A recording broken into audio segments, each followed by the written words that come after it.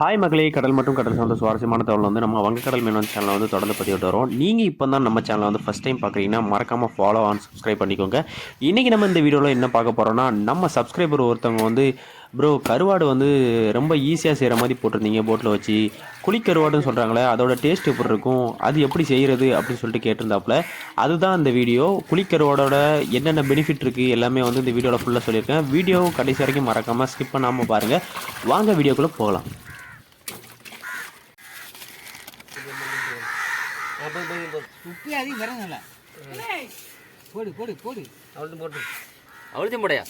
இதுக்கு முக்கிய இன்க்ரீடியன்ட்ஸ்னு பார்த்தோன்னா ரெண்டு தான், உப்பும் மஞ்சளும். அந்த ரெண்டு இதை மட்டும் நல்லா பிறைய வச்சுக்கிறோம். அடுத்து வந்து இந்த மீனை வந்து நம்ம ரெண்டை கிழிச்சு வச்சுருக்கோம். மீனை வந்து ஒவ்வொன்றுத்தையும் வந்து அப்படியே வந்து ஃப்ரெஷ்ஷாக தான் இருக்குது மீன். நம்ம இப்போ தான் எடுத்துகிட்டு வந்த மீன் ஃப்ரெஷ்ஷாக தான் இருக்குது. மீனை எல்லாத்தையும் கழுவிட்டு அதுக்குள்ளே வந்து அந்த உள்ள கிழிச்சு வச்சிருக்கிறதுல வந்து உப்பு மஞ்சளையும் வந்து வச்சிடறோம்.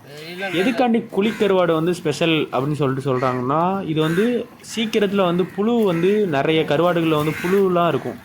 அந்த மாதிரி வந்து புழு வந்து சீக்கிரத்தில் வைக்காது. அதே மாதிரி வந்து இப்போ குழம்பு வைக்கிறோன்னு வச்சுக்கோங்களேன், ரொம்ப சாஃப்டாக எப்படி சொல்கிறது, ரொம்ப அப்படியே அந்த குழம்போடையே அப்படி கரைஞ்சி போகிற அளவுக்கு வந்து ரொம்ப சாஃப்டாக இருக்கும் இந்த குழிக்கருவாடு. அதனால தான் வந்து குழிக்கருவாடு வந்து ரொம்ப வந்து ஃபேமஸாக இருக்கும். டேஸ்ட்டும் பார்த்திங்கன்னா அந்த ஸ்மெல் இருக்குல்ல, குழம்போட ஸ்மெல்லு வந்து ரொம்ப ஹெவியாக இருக்கும். அப்படி கருவாடு ஸ்மெல்லு அப்படியே ஹெவியாக இருக்கும்.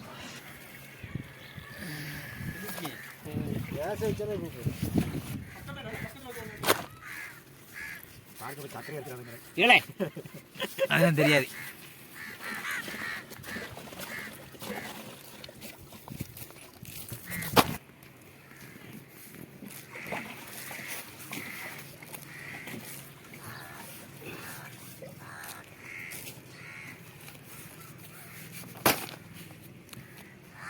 ரெண்டு இதில் வைக்காண்டாமா, ஒன்றுல வச்சு வைக்கணுமா?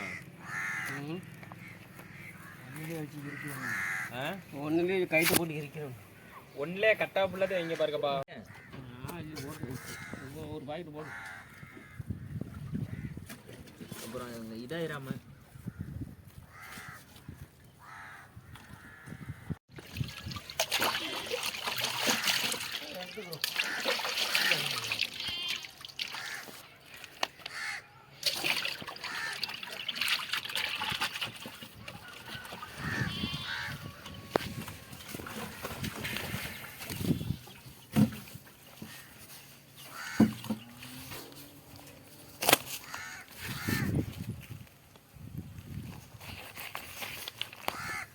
இருக்குப்பா. தனி சாக்கு வைங்க வைங்க, தனி சாக்கு வச்சுக்கிறோம்.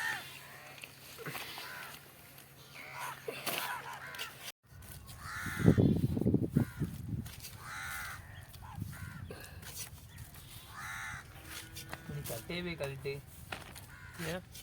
இது அழுக்கா இருக்கு. இதில் இங்கெல்லாம் அழுக்கு.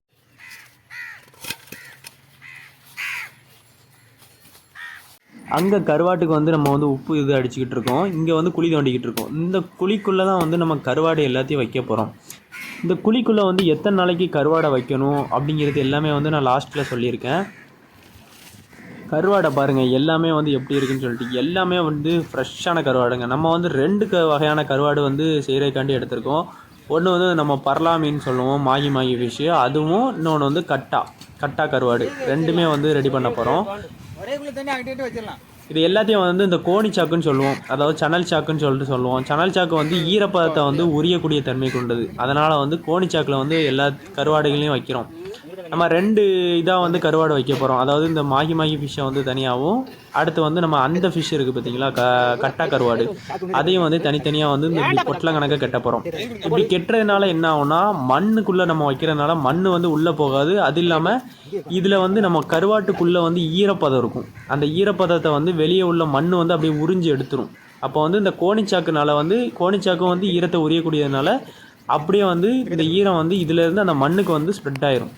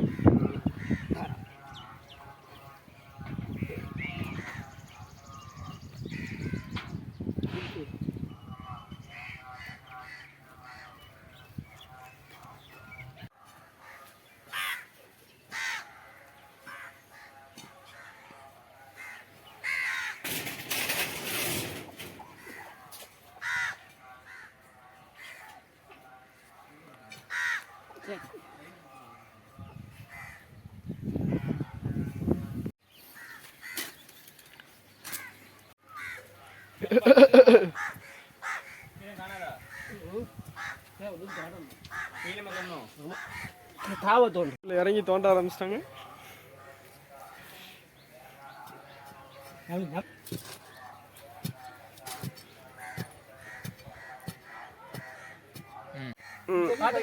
வைங்க வைங்க, அதை எடுத்து கொடுங்களே. நம்ம வந்து கருவாடு எல்லாத்தையும் கெட்டி முடிச்சுட்டு வந்து அந்த குழிக்குள்ளே வந்து 2 இதாக வச்சுட்டு வந்து ஃபுல்லாக மண்ணை போட்டு மூடுறதுக்கு முன்னாடி வந்து நம்ம ஒரு சாக்கு கணக்காக போட்டுக்கிறோம். எதுக்காண்டி இந்த சாக்கு போடுறோம்னா நம்ம மண் வந்து சீக்கிரமாக வந்து இது வழியாக எடுத்துடலாம் அப்படிங்கிற காரணத்துக்காண்டி வந்து சாக்கை போட்டுக்கிறோம். இப்போ வந்து நம்ம மூடிக்கு இருக்கும்போது வந்து இடையில வந்து கல் வைப்போம். எதுக்காண்டி கல் வைக்கிறோன்னா அந்த நாய் வேறு ஏதாவது வந்து இதை வந்து தோண்டி வந்து கருவாட்டை எடுத்துடக்கூடாது, அதுக்காண்டி வந்து கல்லுகள் வைக்கிறோம். நம்ம வந்து இந்த கருவாடுகளை வந்து எவ்வளோ ஆழத்தில் வச்சுருப்போம்னா ஒரு முட்டிக்கால் அளவு ஆழத்தில் வந்து வச்சுருப்போம். அப்படின்னா தான் எதுவுமே வந்து தோண்டி எடுக்காது. ஒரு 12 நாளைக்கு அப்புறம் அந்த கருவாடு நம்ம புதைச்சி வந்து இந்த கருவாடை வந்து எடுக்க போகிறோம். இது மேலே வந்து வேறு எதுவும் தோண்டிடக்கூடாதுன்னு சொல்லிட்டு மேலே தாட்டுகள் இதெல்லாம் வச்சோம்.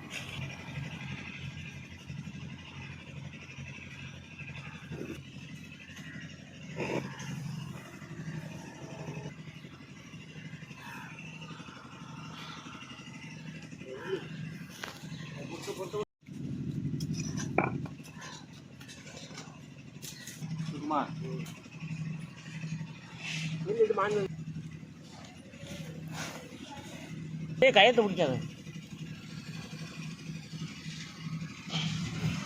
அது காசு மேலே வைங்க, மண்ணை தட்டிட்டு வைங்க. வருதுப்பா,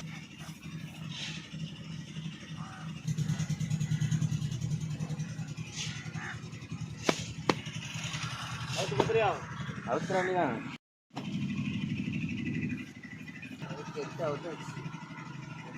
இருக்கானே தப்புன்னு